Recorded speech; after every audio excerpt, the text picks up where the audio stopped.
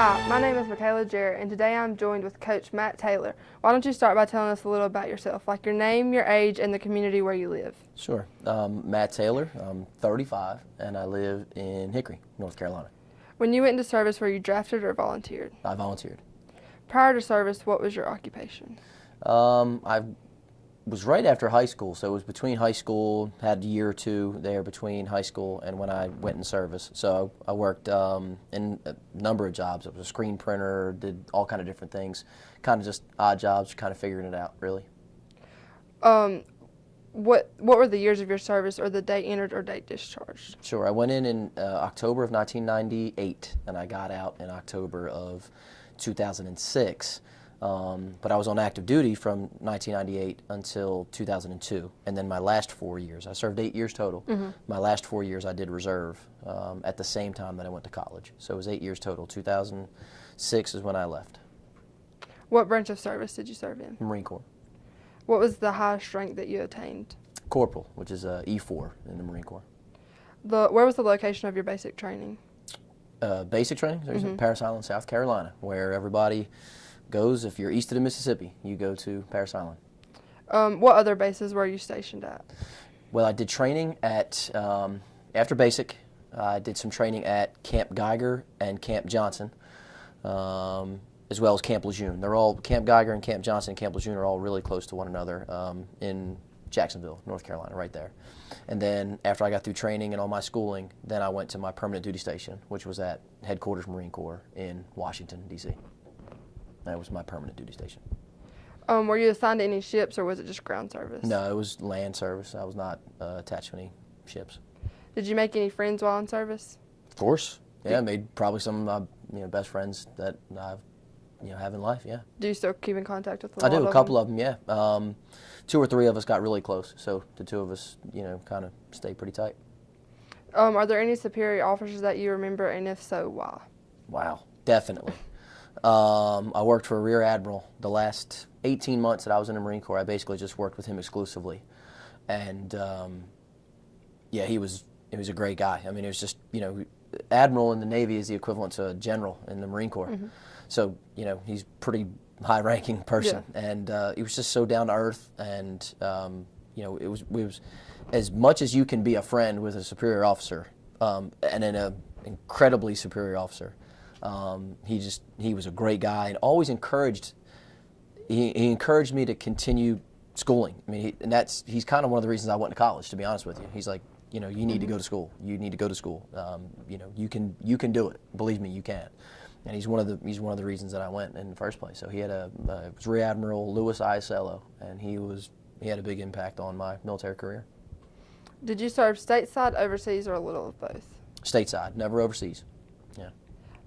If war times, which war were you in the service? Well, I was on active duty in peacetime from '98 until 2002, but being in Washington, D.C., things changed pretty drastically in the fall of 2001.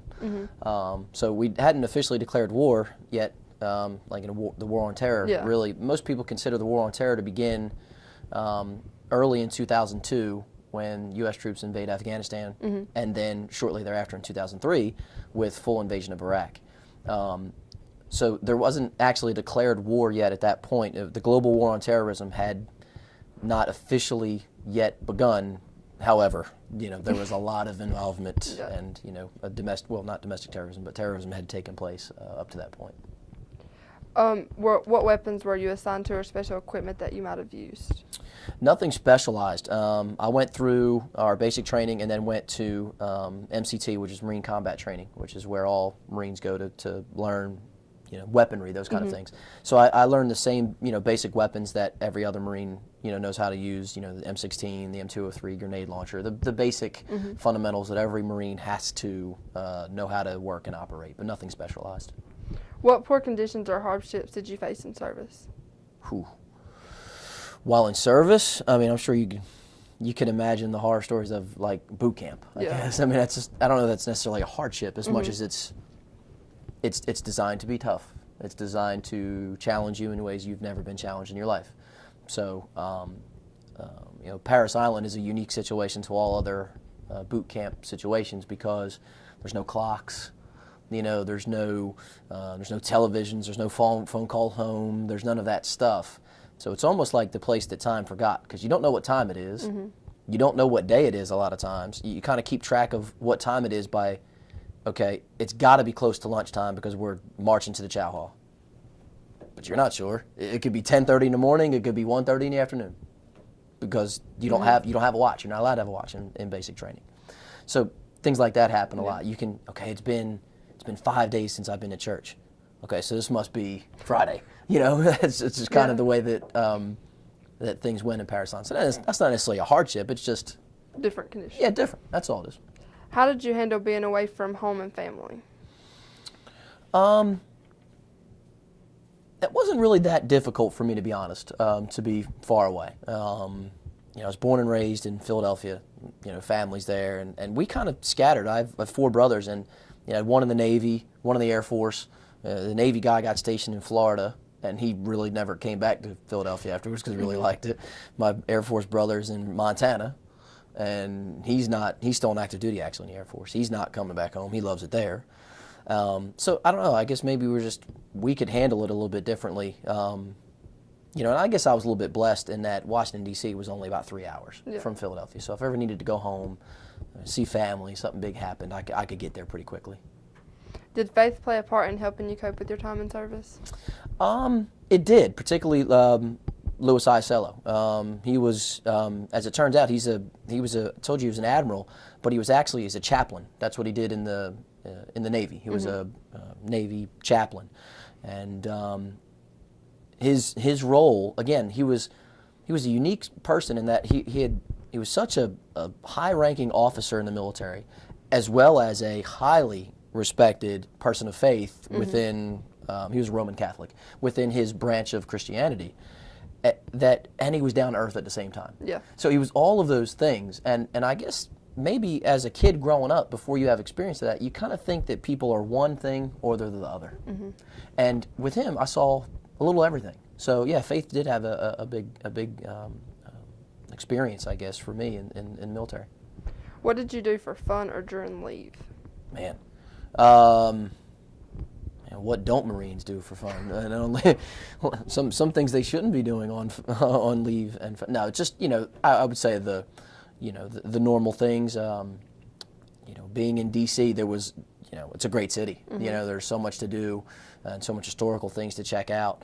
Baltimore's only an hour maybe up the Parkway, and you've got all the shore points that are off of Maryland, Ocean City, Maryland, and all those things. So it was the basic things. But being so close to home, I got home quite a bit on weekend liberty and whenever I took leave. Do you have photos, uniforms, or mementos you kept from your time in service? Certainly. Have some in my classroom at school, and every once in a while, it used to be there when I left active duty in 2002. It seemed like every November when the Marine Corps birthday came around, I'd put on my dress blues again, just because the uniform didn't change size. And you're trying to make, you're saying, did you? Yeah. Just to see if you could still fit in it. And I guess I hadn't done that in the last couple of years, but I still crack it open and look at it. And yes, I have, a tote full of all my old uniforms and all my stuff still hanging up in my closet. So, yeah. What has your occupation been since leaving the service? Well, like I said, when I left active duty in 2002, that's when I went to college. Mm-hmm. So the same time that I was in reserves, I was also going to college full time. And then, I graduated from college in 2007, and I began teaching in 2007 here at Alexander Central, and here we are. Were any of your family members or ancestors besides your brothers in the service? My uncle, my mother's brother, he was drafted in Vietnam, and he died. He was actually killed in action in 1969. He was 19. My grandfather served in the Navy during World War II. And, besides that, that's it. If applicable, name your siblings. Siblings, my brothers? Yeah. Okay. Danny is my oldest brother. Tony, James, and Mike are my 4 brothers. Are you active in any veteran organizations? Not currently. In Philadelphia at the time, I played, when I was a kid growing up, I played American Legion Baseball, so I was active there. And there's things that you do with the American Legion as part of being a player. You know, you go to VFWs and you go to these different, things. And I guess the thing I've done here, I guess somebody, who was it that did their senior project? Someone similar to you did a senior project, and I was the keynote speaker for that. It was kind of the Alexander County Veterans presentation that took place this year in November. I spoke at that. But as far as being an active, member, I would say that those are my only experiences. What would you say to youth today interested in the armed forces? I say a lot to youths interested in the armed forces because being, as a teacher, there's 1,700 kids that come in, and a lot of them have those aspirations. And we always, every student and every experience is a bit different. So my advice to them is a bit different as well. If they are capable of going to university, I try to steer them toward being a college student first and then joining the service after that, because if I had to do it over, I would have done it that way. So I was enlisted and then I went to college.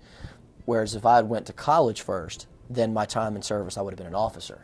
And seeing it through the eyes that I saw it as, being an officer is a lot better. And people are saluting you. Obviously, they're paying benefits are better as well. So I try to steer them towards all of those possibilities that are open to them, and maybe not just a one-sided conversation that they might be having with their recruiter, or perhaps with a parent or a sibling or something like that. I try to provide them with as much information as possible, so that they can make the best decision for themselves. Thank you for your time. Thank you.